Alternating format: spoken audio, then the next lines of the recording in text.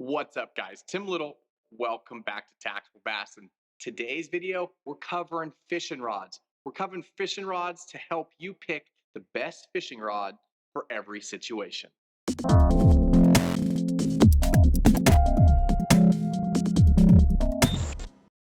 All right, guys, today we're talking fishing rods. Over the last couple weeks, I've answered numerous questions, either in person or via comments or text messages or phone calls. Which rod should I get for this technique? Which rod should I get for that technique? What do you think about this rod? So today we're going to cover fishing rods because it can be extremely confusing. We've all been there, right? We're walking down the aisles of the tackle shop. We're trying to decipher what the coating on the rod means. Is this going to be a good glide bait rod? Should I use this for a soft swim bait or a jig rod? So after today's video, hopefully you guys will have more confidence walking into your local tackle shop or shopping online and understanding which rod you should get or which rod you should recommend. So first and foremost, I gotta warn you guys, I'm here in the garage today. We still got snow and ice left over from that crazy storm here. I don't know what, a week or so ago. It is just crazy. So you might hear some loud bangs or pops. That's literally the ice falling off of the roof. So I apologize in advance for that, and as well the echo. But it's cold. It's like 14 degrees right now outside, so we're doing it inside. So fishing rods, the best rods for every situation. Now we understand, there's budget fishermen, there's beginner fishermen, there's advanced fishermen, but all of this information will apply when you go to make your next purchase. So first, fishing rods have come a long way since I was a kid. This is going back several decades. I'm dating myself, but fishing rods back then just didn't have the quality in the blanks. They didn't have the quality in the guides. And today, right around that, I don't know, $60, $70 range, you can get a really nice rod that you had to pay hundreds of dollars for back then. So rods have gotten a lot better, but with that, there's been a lot of advancements in guides, in rod blanks, and in the verbiage. How do you know what a glass rod is versus a composite rod, or a medium heavy power versus a heavy power? Which rod should I use for jig fishing or drop shot fishing? So that's what we're going to cover today. So let's start off with the beginner fisherman. I got a rod rack over here. At the end of this, or somewhere through that, I'll kind of explain some of my favorite rods for the techniques and the actions and the power, and why I have those rods for those techniques.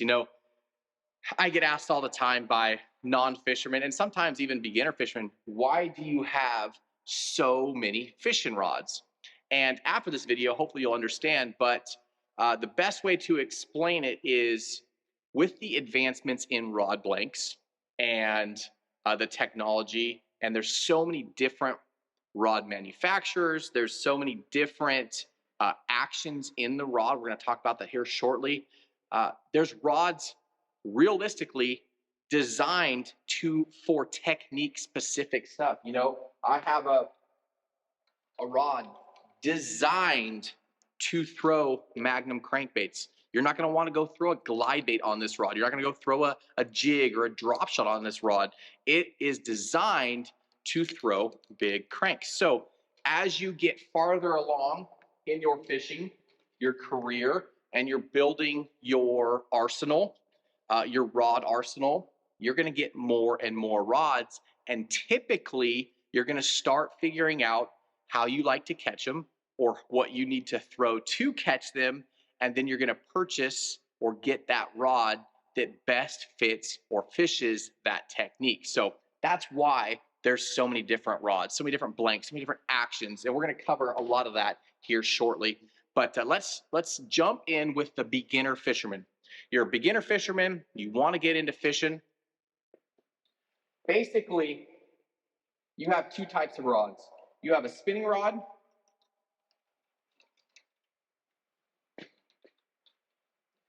and you have a bait casting rod. So bait caster, spinning.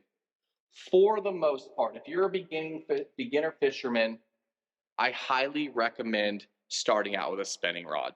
Okay. Now, spinning rods are typically easier to throw your light finesse baits, your drop shots, your light Texas rigs, your Ned rigs, that sort of stuff. You don't have to really worry about backlashing with the reel. It's just a lot easier to manage and cast. But traditionally, a spinning rod is made for more of your lighter finesse techniques. Now, there's exceptions to all these things I'm talking about. Exceptions to these rules, but for the most part, a spinning rod is made for finesse, whereas a bait caster is made more for power fishing, throwing your heavier Texas rigs, your crankbaits, your swim baits, your glide baits, your A rigs, your Carolina rigs, that sort of stuff, your heavier stuff that you're gonna be throwing on a bait caster. Okay, so the beginner fisherman, I highly recommend if you just want to, where I started out getting rods that I could do multiple techniques well with. So I could get a rod that I could throw a light Texas rig. I could throw a spinner bait. I could even throw a light, a square bill or a small swim bait like a 3.8 or a 4.3 Kitech. A rod that can kind of do all of that. That's what I highly recommend for beginner fishermen, guys that are getting just into this and they don't want to spend a ton of money getting a bunch of technique specific rods. Get yourself in the spinning setup a nice 7-foot medium rod, okay? 7 foot, so that's the length, and then medium is the power. That's your do-all power. That's your rod that you can throw drop shots to Nico rigs, to light Texas rigs, Ned rigs, all of it, okay? A 7-foot medium. And then as far as a bait caster, just starting out, get yourself a 7-foot to 7'3" or 4", so 7' 3" or 7'4" medium heavy power rod. Okay, that's going to allow you to throw your spinner baits and your chatter baits and your crank baits and your small swim baits, your top waters. It's a do-all rod. Okay, so beginning guys, that's for you. Now, what I want to explain, this is going to apply to every level of angler. As you start getting higher quality blanks, more sensitive blanks, the price usually goes up. But a way to increase your sensitivity, whether you're a budget fisherman or a beginner fisherman, two different, right? Beginner, you're just getting in. Budget, you might be an advanced fisherman, but you're on a budget. We have beginner fishermen that want to go out and buy the nicest things right off the bat, right? So they're on the whole gamut, right? So understand 2 things that you can do to increase your sensitivity or help you notice more bites with lower quality rods. First thing you can do, get yourself some braided line. Now you're gonna run braid to a leader, but braid has no stretch. It automatically, instantly increases the sensitivity on your rods, and it's a little bit pricey, a little bit more expensive than some straight fluorocarbon or something like that, but it's going to last an entire year. But you're going to put different leaders on it, so it's really universal. But with that no stretch, it is ultra sensitive. So do that. And then if you guys are looking for, see if I got one here for you. Another tip, you guys have heard us talk about deflection, right? I'm gonna explain this and then we'll get into rod actions and powers. You see that rod tip right there? Let me step back. See that? That is deflection. So when I'm finesse fishing, even if I'm fishing the cheapest or most expensive rod, I'm still watching my rod tip. You know why? That's an 1/8 ounce head. That's a Ned rig right there. I know what that 1/8 ounce head looks like dragging on the bottom. Okay, that's deflection right there, that rod bend in that tip. Okay, So there it is. I'm dragging, dragging, dragging. Now it loads up. Either that fish just picked it up and I got bit and I didn't feel it yet. Again, when you're getting into this, a little bit cheaper rods, you're not going to have that sensitivity of super high-end rods, different rod blanks. So getting that longer rod, you're going to see that bite before you actually feel it. I'm always watching for that deflection. So there it is, 1/8 ounce dead. I'm just dragging, dragging, dragging. There it goes, right? Two things have happened. Either that fish just picked it up and I'm going to load up into it. That rod's going to load up and I'm going to set that hook, or I'm hung up. So I'm going to check it. If it loads deeper, deeper, deeper, I'm setting the hook. I'm leaning back and letting that hook set. You know, hook sets are free, right? Check that rod. But having a little bit longer rod, as you get down that rod blank, right, you get thinner and thinner. It gets lighter and lighter in that tip, and you can really see that deflection. I don't know if you guys can see that or not. There we go. See that? Just that rod movement. So I'm always watching the tip of the rod for that little added deflection, that little added load, right? And then game on. So two things: get yourself a little bit longer rod, watch for deflection, and then get some braided line. Okay, now let's talk about rod power and action, because that's typically where people get the most confused. You know, do I need a heavy power, fast action, an extra fast action, or a moderate fast action, or a medium light power, right? There's all these different codes, all these different models in these rod companies. So understand power. Power on a rod. Some companies, they have a number system, you know, 0 through 7 or 8. Some companies will say heavy power or medium heavy power, okay? So typically a 4, and I'm kind of jumping ahead of myself. We'll get to this here when we get on these rods. Like a 4 power, so like a Loomis 844, that's 84 inches, and I'm jumping ahead, but 84, the first two numbers, and then that 4 power, okay? That's gonna be your medium heavy power. Now you get into a rod that's an 845, still the same length, 84 inches, you know, 7-foot rod, but it's a 5 power, and that is a heavy, okay? So where people get confused, power and action. The power of the rod is simply the amount of weight it takes to load it, right? You're going to use an extra heavy if you're punching, or maybe a extra heavy if you're punching big heavy slop, or you're throwing a frog. You know, a 7.3 extra heavy is our favorite frog rod. Whereas, you know, you want that extra heavy power when you hook that fish to get out, versus light, medium light, medium, medium heavy, heavy, extra heavy, extra heavy. So that's power. That is the actual weight that it takes to load that rod. So as you get into that extra heavy, and sometimes it can feel like you're fishing with a broomstick. But if you get a nice quality, a good quality rod, you're gonna have a nice fast tip, and you're gonna still have a lot of sensitivity. But when you go to set the hook, you're gonna rip some lips and jack those things out of that heavy cover. Now action, so we talked about power, how heavy it takes to load that rod. Now action is where that rod actually loads, right?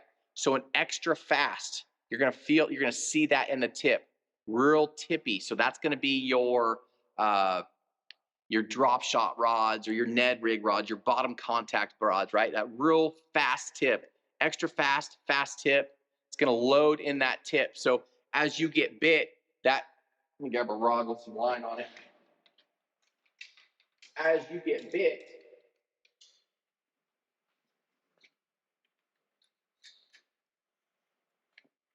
okay, drop shot rod, real tippy. You see that? As you get bit, you just pull up, it just loads on it, and it loads right there in that upper section of the rod. You see that? Okay, so that's fast, extra fast. Over here, kind of get moderate, right? Loading deeper in that rod blank, and then real moderate. Let me show you an actual moderate rod. That is action, where the rod loads. And why does that apply to your fishing? You're not going to want to throw a glide bait on an extra heavy power rod, fast action rod, right? You want that thing to load. We're going to talk about that here shortly. But here is a moderate action rod, okay? See, it's not nearly as tippy. I'm just pulling. See how that loads like, I don't know, 12, 18 inches down? Loading deeper, deeper, deeper. That loads all the way down almost to these bottom two guides, right? So that is your moderate action. Now, action, like we said, where does that rod load in the blank? So that is action. So power versus action, okay? Now, where people get confused, they look at a rod and it says that it can throw a bait. Sorry, I'm getting a little unorganized over here for you. This rod right here, this can throw baits up to 2.5 ounces. But guess what? This is a cranking rod. Look how moderate this rod is. It's an 8-power rod, right? We talked about power. Okay, but it's a moderate action. It's going to load deep in that handle section. So you're not going to want to throw a big heavy glide bait on this rod because you won't have the backbone or the power, even though it is a 8-power rod. It loads so deep into the handle, you're not going to get the hook set properly, right? With that big heavy bait, you're not going to get those hooks to penetrate on that hook set. Now, when you get into these bigger crankbaits, sure, you got some bigger hooks, but they're lighter wire. You can still set that crankbait hook. Now, the benefit of having that moderate action, right? Even though we're talking an 8-power rod or an extra heavy, basically, we got that moderate action. Where this comes into play, on almost all of my topwater lipless crankbait rods, I'm throwing some kind of moderate action rod. I want that rod to load deeper in the blank. The reason for it, when those fish come up and they jump, this rod is slower to load and unload. You see that? Slower. I can move that almost like 3 feet and it's still loading the tip. So it loads deeper in that rod, so it's slower to unload. So as these fish do big head shakes or they come up and tail walk and do jumps, that rod with that moderate action, that slower taper, unloads slower and allows that rod, it does all the work for you. It keeps that pressure on that line. It keeps those hooks set. So it makes it harder for those fish to come off. So that is moderate action. So again, you can get heavy power rods, but a moderate action, a slower action into that blank. It's going to load deeper into that blank. But again, you're talking a heavy power rod, right? So understanding the differences can really help you pick the right rod for the situation. If you're going out throwing glide baits, you're not going to want to throw a moderate action rod. You might want to throw something with a less fast of a tip, right? You're not going to want to throw an extra fast. You're going to want to throw something that has some backbone, so some power, but it gets to the backbone a little bit faster, okay? So like this SLX right here. See that? It loads right there. That's the sweet spot right there. You see that? So this rod right here, let's talk about the verbiage on rods. So this rod right here, this is where people get confused, where I get confused sometimes trying to understand what is this rod for? What are they trying to say? This says SLX C 73 MHSBA, right? So SLX rod, C for casting, 7'3" MHSBA. So this is a 7'3" medium heavy swim bait rod. Okay. So now understanding what these letters stand for and what these numbers stand for can really help you out with picking that right rod. Now, what makes it so confusing is there's not a chart or a system that all of these brands go off of. You know, one brand's fast action could be a little bit slower than another brand's, right? And some brands 5 power, their heavy power rod might be a little bit lighter. So you're gonna have to play around with that. I'm always, when I'm in a tackle shop and I'm checking out rods, I'm always flexing that tip, right? I come up, I'll shake the tip, kind of see how fast of an action it is, and then I'll kind of load the rod if I can. If there's a bait on it, obviously I can just grab the bait. But if not, I'll very gently take the rod tip and put it down on the carpet and kind of flex the rod and see how deep into this rod, how deep into the blank is this rod loading, right? So then I know where I can apply this in my fishing, and then I can kind of gauge it from there. But reading these codes, it can get really, really confusing. And then to add another level of confusion, not all companies go off of the same coding. So understand that action and power are different and how you can apply it in your different techniques, right? So say we've talked about, say we're drop shot fishing. Basically, most of my bottom contact rods, I'm throwing a fast or an extra fast action and a light to either a medium light or a medium power, right?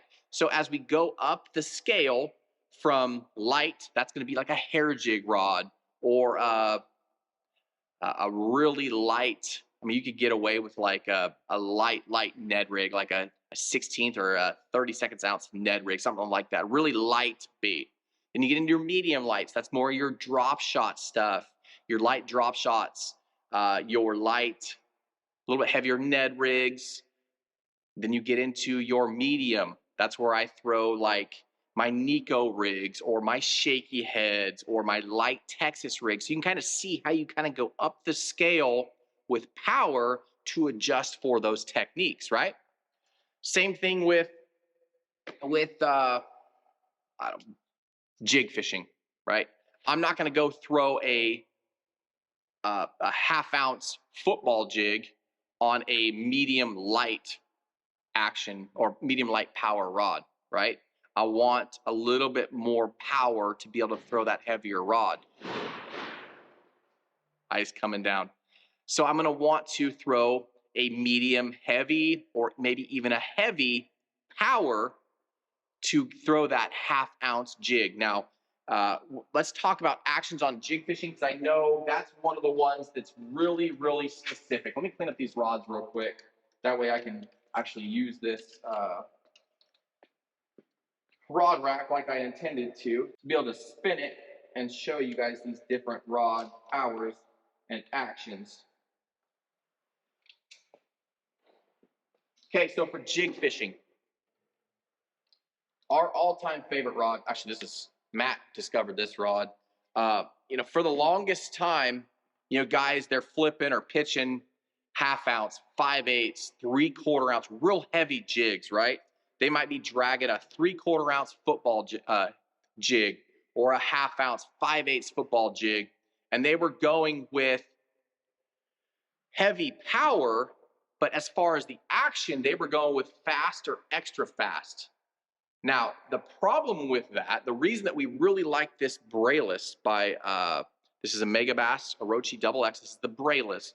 The reason we like this so much for our jig fishing is it's got a slower taper. It's got more of it's a slower bend, right? It's more of a moderate action. Now, where that comes into play, when you stick a fish with a big heavy jig out in front of its mouth and it comes up and tail walks, and you have that 1/2 ounce, 5/8, 3/4 ounce jig going back and forth, and that rod with that extra fast is loading, unloading, loading, unloading with every head shake, you lose a lot more fish. You want something with a little slower action, right? So that's why we like that braidless. It has more of a moderate action, a slower taper. So when that fish comes up and head shakes, the rod stays loaded. It unloads so much slower because of that action. You lose a lot less fish. So that is how you apply your power and your action to your rod for that technique. So that braidless right there is an awesome, awesome jig rod. So getting back to that whole every brand is different. You know, for the most part, when we look at some of these rods, for the most part, this is a Cashin. So Cashin and St. Croix, traditionally, let me grab another St. Croix over here.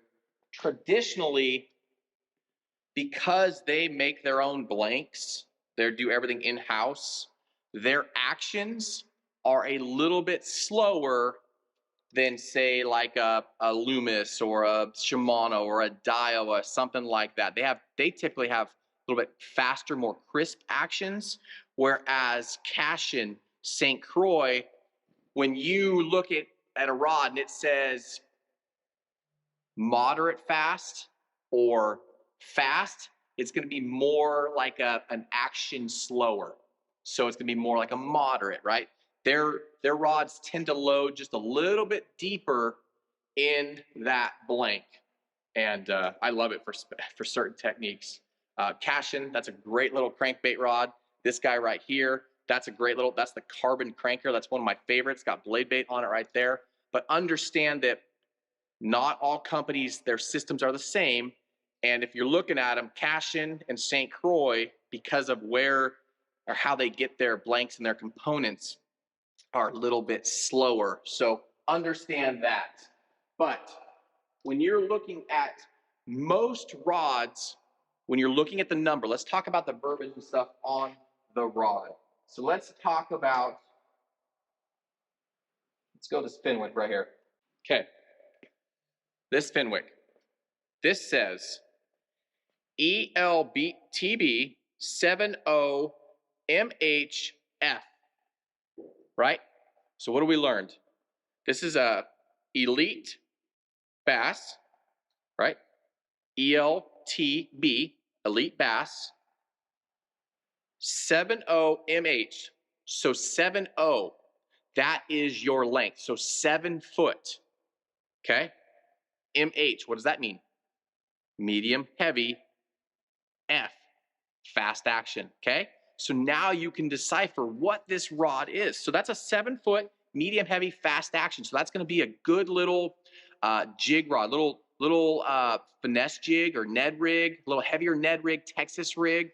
You know, if you get into those heavier jigs, you wanna go with that little slower taper, that moderate action. But if you're throwing like little finesse jig, something that's 1/4 ounce, something like that, all sorts of sounds here, you're going to go with that little bit faster action. So that right there, ELTB 70MHF, elite bass, 7 foot, coming down, elite bass, 7 foot, medium heavy, fast action. Let's go through a couple more. Okay, we did the SLX already. Let's do this Cashin. C73MHMF. So 7'3", that's a 7'3". So 7'3", that's your length. MH, medium heavy. MF.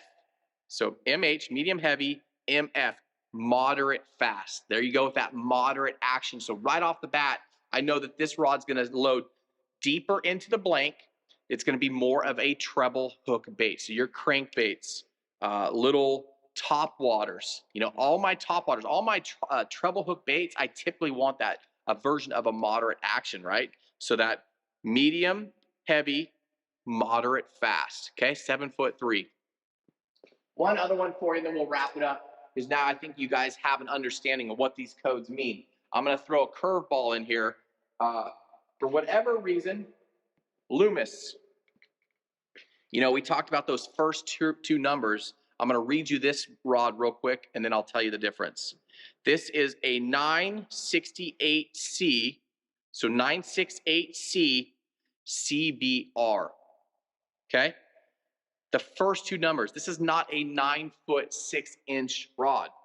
This is actually an 8-foot rod, right? So 96, that is inches. Some companies, the first two numbers are inches. Some companies, the first two numbers are foot or feet and inches. So 7'3", 7'3" versus 73 inches, right? Or 8'4", 8'4", not a lot of companies make that rod, or 84 inches, a 7-foot rod. So this guy right here, 968C CBR. So it's a 96-inch rod, 8-foot rod, 8 power. Okay, now you understand the power. We talked about that whole power system. So 8 power CBR, crankbait rod, moderate fast action. Okay, so understand when you're looking at rods, those first two numbers, most companies, those first two numbers are the feet and inches, but there are some companies that do just strictly inches. Let's look at a couple more. You guys know one of my all-time favorite, or Matt and I both, our all-time favorite lipless rod. It's at Loomis. Okay, down below in the video description, for all of our favorite techniques, as much as we can fit, because it's limited in that description, we'll link our favorite models for each technique, and then we'll give you a budget option as well. But this right here, this is the Loomis, this is the 855C CBR, right? So 85 inches, 7'1", 5 power CBR crankbait rod. So it's a crankbait rod, so it's going to load a little bit deeper in that blank. But again, when you're throwing these light treble hooks, right, you don't need all that power to set them. You just want that blank to work for you and keep that rod loaded when they're doing their head shakes and their tail walk. You don't want to rip those hooks out of their face. All right, let's do one more for you. What do we got here? We got a Daiwa Steez rod. This is my little finesse. This is my little micro rig rod, a straight fluorocarbon. So we have ST AGS 721 medium, or MF, right? So I read that as ST, so Steez, AGS, that's the guides, the AGS guides on here. So ST AGS 772, so 7'2" MF. This is actually called the moving bait versatile. Okay, so it's going to be a little bit lighter in that tip, but again, it's going to keep those fish pegged. So hopefully, guys, this helped you guys understand what the coding system is on the rod, and if not, at least when you ask someone and they tell you at the counter, oh, that's a moderate fast action rod, at least now hopefully you can apply that information to your fishing and pick out the best rods for the situation. Again, if you're a guy that's looking to get a rod to do multiple techniques, go with that spinning rod in that medium power, and then get a bait caster in that medium heavy to heavy power, and you'll be able to do a lot of techniques with those two rods. Now, if you're looking to throw treble hook baits, your top water rods, crankbaits, stuff like that, look into getting a medium heavy or a heavy and then a moderate action rod, and you guys will be set on that. Guys, if you have any questions, I'm sure you will, because hopefully this didn't confuse you even more. Down below in the comments section, hit me with those comments. Matt and I will try to get to those as soon as possible, help you guys out. But hopefully this helped you guys understand what the coating is and why there are so many different styles and types of actions and powers on rods. Again, you're not going to take a a medium light rod down to Florida to throw into grass and fish for largemouth, right? You're going to throw an extra heavy or an extra heavy. So there's these things you got to play out and weigh out where you're fishing, the techniques you're going to be fishing, and what rod best fits that situation and fits your fishing style. Guys, as always, thank you for watching. Again, if you have any questions, I'm sure you will. Leave those down below in the comment section. I'll be looking for those, try to help you guys out. And as always, guys, we thank you for the support. Thank you for coming along into the garage and listening to the ice fall and the echo. And man, I can't wait for all this ice and snow to melt so that I can be back out on the water. It's been crazy. The last week we got hit with this storm, and it's just put ice and snow everywhere. So it's been crazy. But guys, as always, thank you for watching. If you learned something or you like this video, hit that thumbs up, subscribe to the channel, and we will see you guys on the next video.